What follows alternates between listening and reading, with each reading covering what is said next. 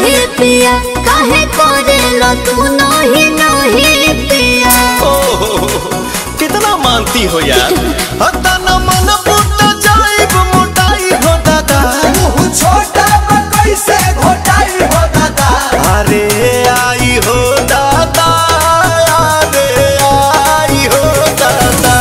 तमे हरी मिलल बिया हमारा के गाई हो दादा। दोनों बेरा तू बना के पीहा चाय हो दादा।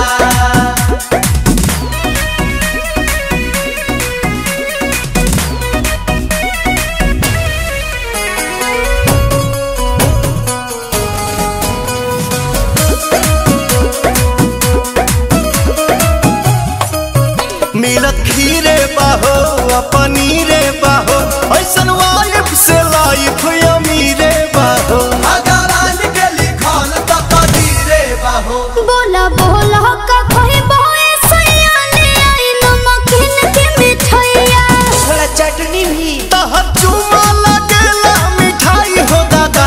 भौजी फेर भइला सब हलवाई हो दादा। अरे आई हो दादा, अरे आई हो दादा। तमे हरी मिलल बिया हमारा के गाई हो दादा। दोनों बेरा तू बना के पीहा चाय हो दादा।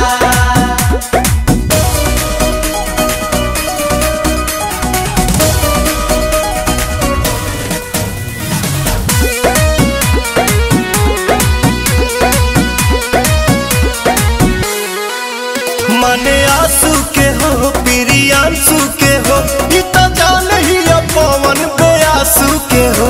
रोजे गोड़वा दबावे सासू के हो। पिया आई था कौन बने रोआ लगाई दी दिल गमकौआ। अच्छा हाजी बेलू मोहरत के दर्द भगाई हो दादा। हर बोलिए लगेला दवाई हो दादा।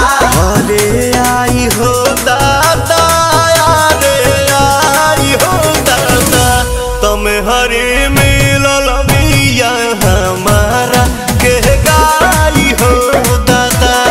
दोनों बेरा तू बना के पीहा चाय हो दादा।